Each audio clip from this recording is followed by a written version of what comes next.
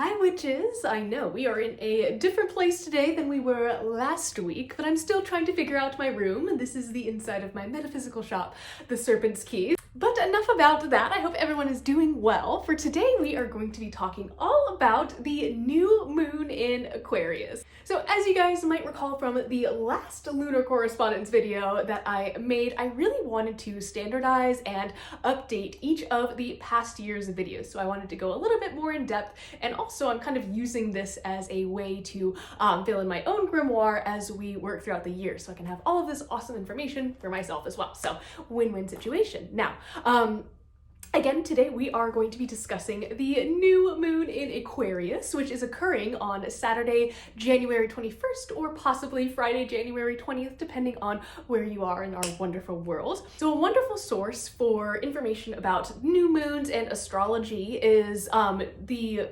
astrologer slash website Chani Nicholas.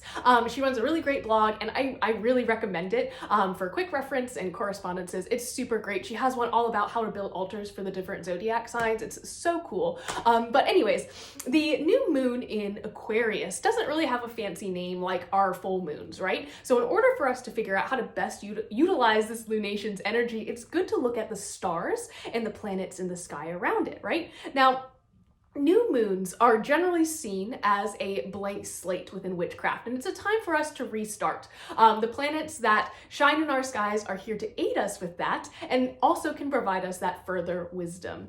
Now, of course, this new moon is falling in the fixed air sign of Aquarius, and that is ruled either by Saturn or Uranus, depending on which astrological system you're using. But Uranus really wants us to break those patterns and smash any sort of systems that really seek to keep you held down, right? Aquarius is represented by the figure of the water bearer, and this used to confuse me a lot because I was convinced that Aquarius was a water sign, but this symbol can be really useful as well for our ritual work under this new moon. So like I said, new moons are times of new emotional cycles, and it's also a really good time to set your intentions for the month ahead. Now, the Aquarian new moon encourages us to cut anything out of our lives that no longer serves us. That means bad habits or just things that are not conducive to, our overall growth. And it's also really a great time to dream big and to brainstorm, which especially around this time of year, as we're getting closer to Imbolc, and even springtime, possibly. I know it's around the corner, I promise.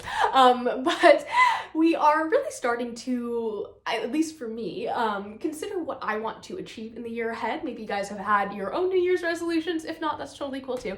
So I'm sure that's all well and good, but here on this channel, I know we love chatting all about practical magic and the ceremony of it all. So let's recap some of those correspondences and review the spiritual intentions first of this new moon. Now, the new moon in Aquarius, again, is all about releasing the past, innovation, brainstorming, expansion, and creativity. It's also a great time for setting new intentions, new beginnings. It's all about justice, as well as healing and transformation. Again, we're looking to that symbol of water within the Aquarian imagery, if that makes sense. Now, for novice practitioners or practitioners who may not be able to openly practice, but also for maybe altar cloths or other decor, I encourage you guys to look into nature for inspiration for color.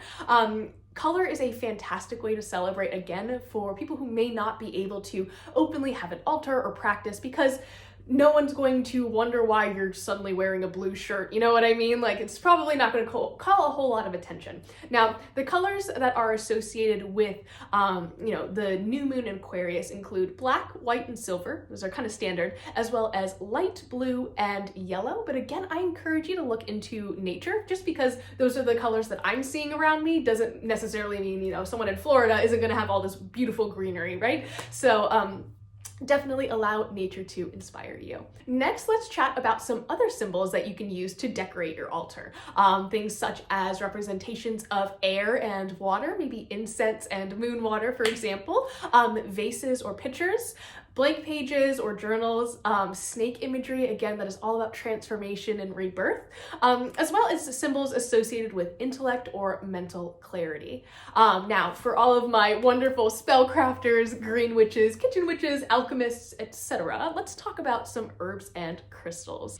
In general, Now, in general, we want to select herbs that are associated with our spiritual correspondences. So in the case of the new moon Aquarius, we are talking about transformation, cleansing, or new beginnings, right? And creativity primarily, or whatever intentions that I mentioned before that you most align with. But those are the ones that I tend to focus on during the new moon in Aquarius. Now, we can also use herbs that are ruled by the same element and planet as the sign that the moon falls in. So in the case, again, of the new moon in Aquarius, consider using herbs associated with the elements of air or that are ruled by Saturn or Uranus.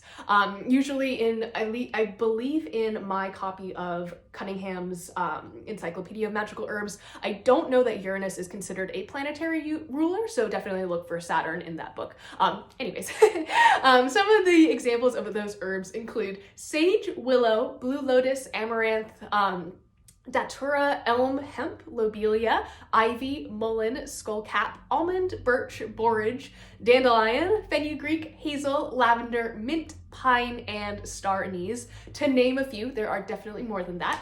Now, as for crystals, we're going to use a very similar set of logic, matching up stones that correspond with the colors of this moon, perhaps, as well as our spiritual intentions. Now, for the new moon in Aquarius, consider things such as obsidian, smoky quartz, lapis lazuli. I don't know if I'm saying that right. My mom says it differently, but and then sodalite, as well as aquamarine or even petrified wood. I saw Chani mention that, and I'm like, oh, that's awesome. I love petrified wood. Now, finally, let's take all of these tools and stuff, and all of these things, let's bring them together and talk about some spell work, right? Some workings that I recommend include creating spell jars to match your intention for the year ahead or intentions. Maybe, again, wearing corresponding colors or carrying those associated crystals. I encourage you to journal or brainstorm about your goals to cleanse your space, as well as regroup for the year ahead and maybe start your planning.